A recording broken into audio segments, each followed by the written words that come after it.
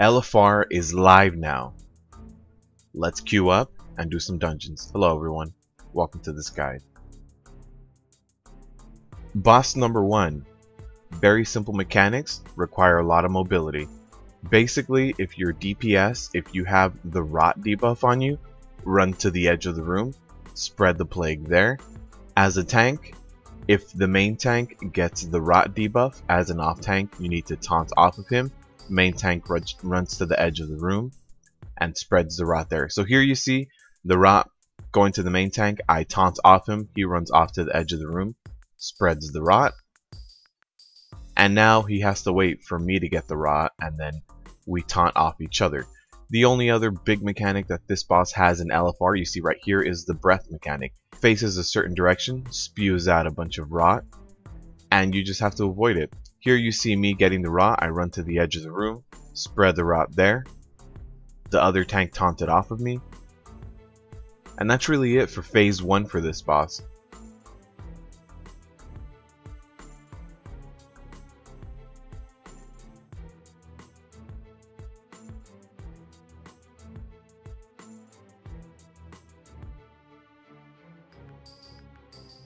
You see here again, tank gets debuff, I taunt off of him, runs to the edge of the room. You do see every now and then one of the DPSers running away and spreading the Rot elsewhere. If your melee area becomes too congested with Rot, then just move the boss. There is a big platform, enough room for you to move the boss a few times. Here we have phase 2, Heart of the Swarm. Now this is a DPS phase where you have to dodge these critters. You see these guys right here, the big scarabs?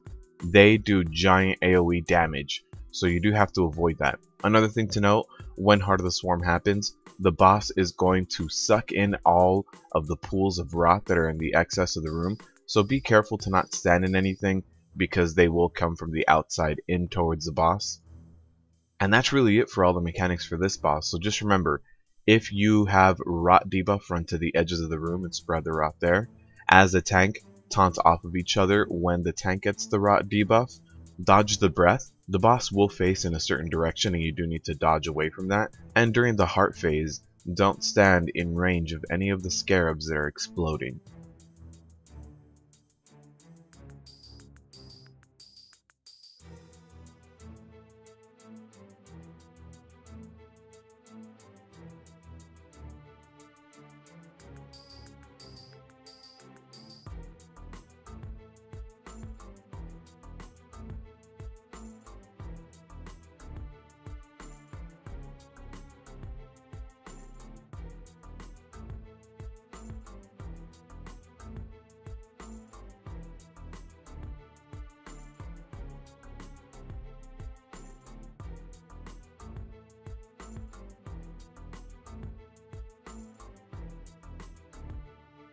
The next boss has a lot of adds.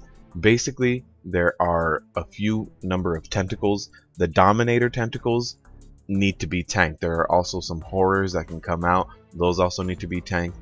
But Dominator tentacles do take priority. You don't want that horror bouncing around. But if the Dominator tentacles aren't tanked, they will dish out a ton of damage and wipe out your raid. Now, when anything dies here, be it a tentacle, a horror, or anything, they do spawn these globules you see right here, these ichors. Each ichor is fixated on one person and will follow them. What you need to do is run to the front of the boss, right in front of the eye, make sure the ichor goes there, and then once it gets there, DPS it down and kill it. So you can snare, you can stun, you can do whatever you need to do to get the ichors to die there. Once 20 of them die in front of the boss will go down, revealing the heart. And that's where you go in there and DPS that down and kill the boss.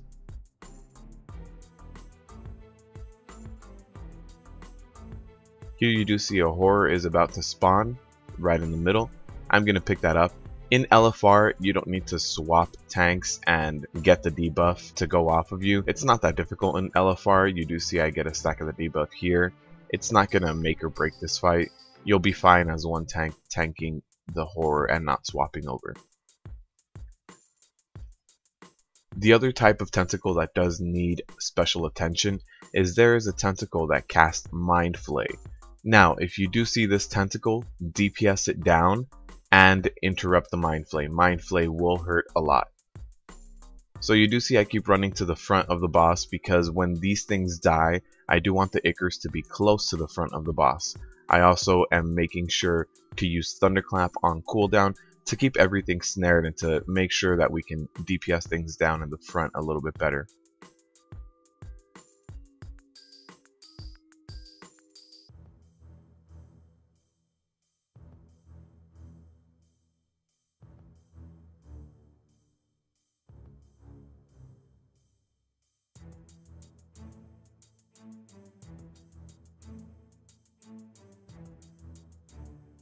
So here we go, the chamber's open. At this point, you just need to nuke the heart. And the only big mechanic you need to worry about is every now and then about 3 people will get targeted with a giant explosion. You see it right here. They need to run out of the group and not hit anyone with this. So if you do get targeted with this, you can either run out of the chamber, run to the back of the chamber, the edges of the chamber, whatever it is you need to do, go ahead and do that. The only other thing that needs to happen during this is you do see that long cast time that's happening. If it's starting to get close to the end, if you're still in the chamber when that cast time finishes, you will die. That's it. You'll die. So what you need to do is once it gets close to finishing, you do need to run out of that chamber. You get 2 chances at DPSing down the heart. So you can either pop hero the first time and try to kill it during that first phase, or you can go back in there a second time. So you do see here, we run back out of the chamber, and it's a replay of what happened before. It's just tentacles, horrors, Ickers, kite them to the front. All in all, this fight is very much about positioning and about DPSing at the right time. You don't want to kill the Ickers when they're too far from the eye, because then they won't do anything. They won't damage the eye. So make sure you are aware if an Icker is chasing you. Kite it to the front of the room and go crazy DPSing in the front of the room. Get your snares, get your stuns, whatever it is that you need to do. I know Shockwave helps out a ton if you're a warrior in this fight. So you do see here we are starting to get all the Ickers to the front.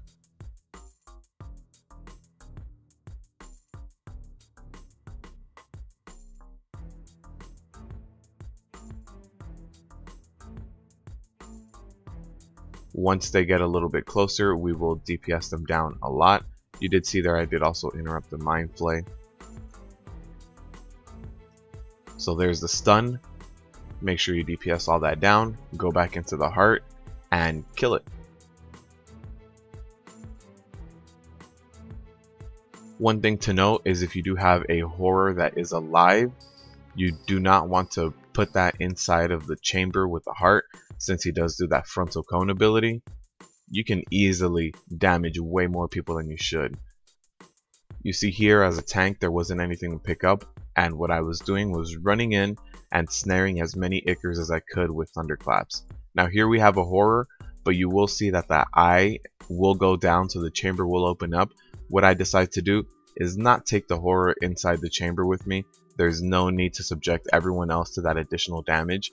I just let everybody else run in there, prioritize the chamber, and I stay outside, pop some cooldowns, make sure everybody can keep me alive. But the horror is not the priority. The heart is absolutely the #1 priority. Chamber's open. I run to the side. I run relatively close to the front of the chamber so healers can heal me and the raid.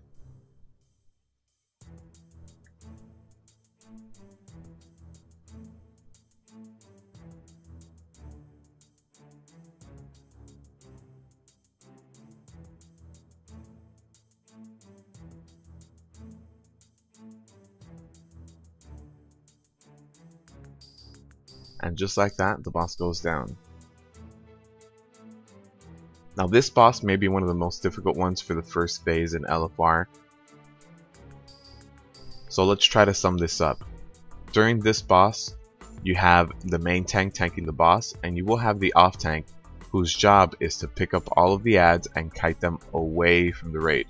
Now here, when the boss runs up and there is no more boss on the platform, you need to run out of that big green AoE. That big green AoE hurts a lot. Also, every time one of the adds dies, it does become a pool. So you need to make sure you get those out of the way.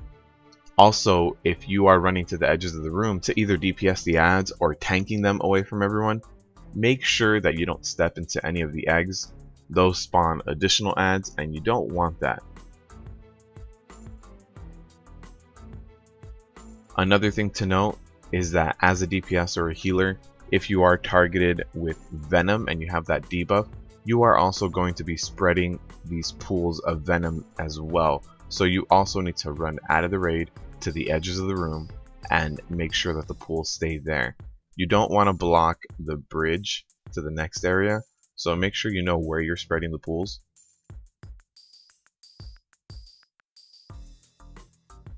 You see here, I kite every single add to the edge of the room, make sure it dies there. I want to be as far away from the battle as possible. I don't want to be a burden on everyone.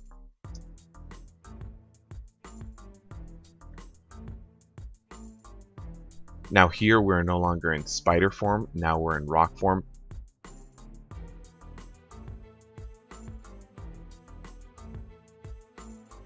During this cast right here, Gathering Clouds, the healers need to be on their A game in terms of AoE healing. This does do raid-wide damage and it does do a decent amount. Now here with the feathers, there needs to be one group that's feathers and one group that's not. If you are with the group that's the feathers, you can get to the second platform sooner and also kill some of the adds if you get them.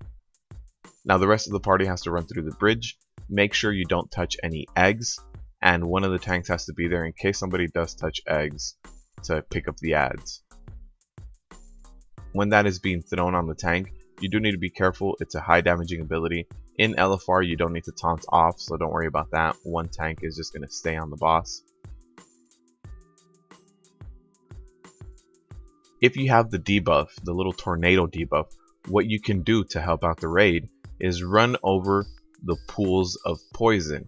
Now if you run over these and you have that tornado debuff on you, you're basically going to eliminate the pool of poison, so it's going to help out a lot.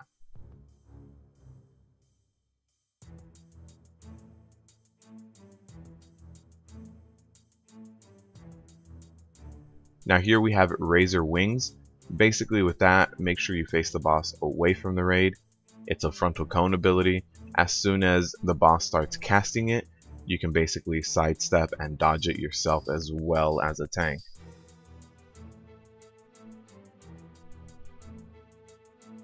So all in all, if you have a debuff, make sure you run out of the raid. If they pick up the adds, DPS those adds down quick, but make sure that they also in the edge of the raid. Don't stay too close to any of the edges so you don't bump into any of the eggs and spawn more adds.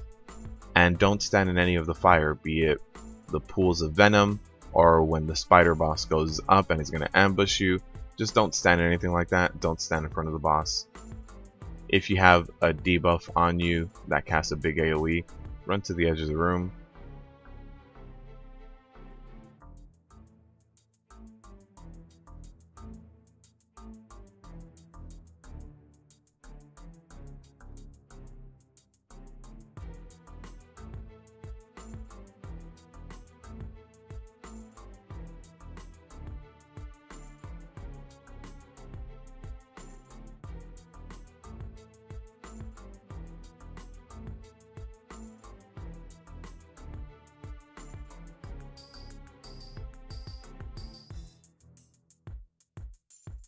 Alright, that really does it for LFR. It's not as difficult as I thought it was going to be, being that it was week 1.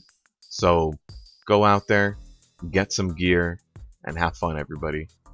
Good luck with LFR.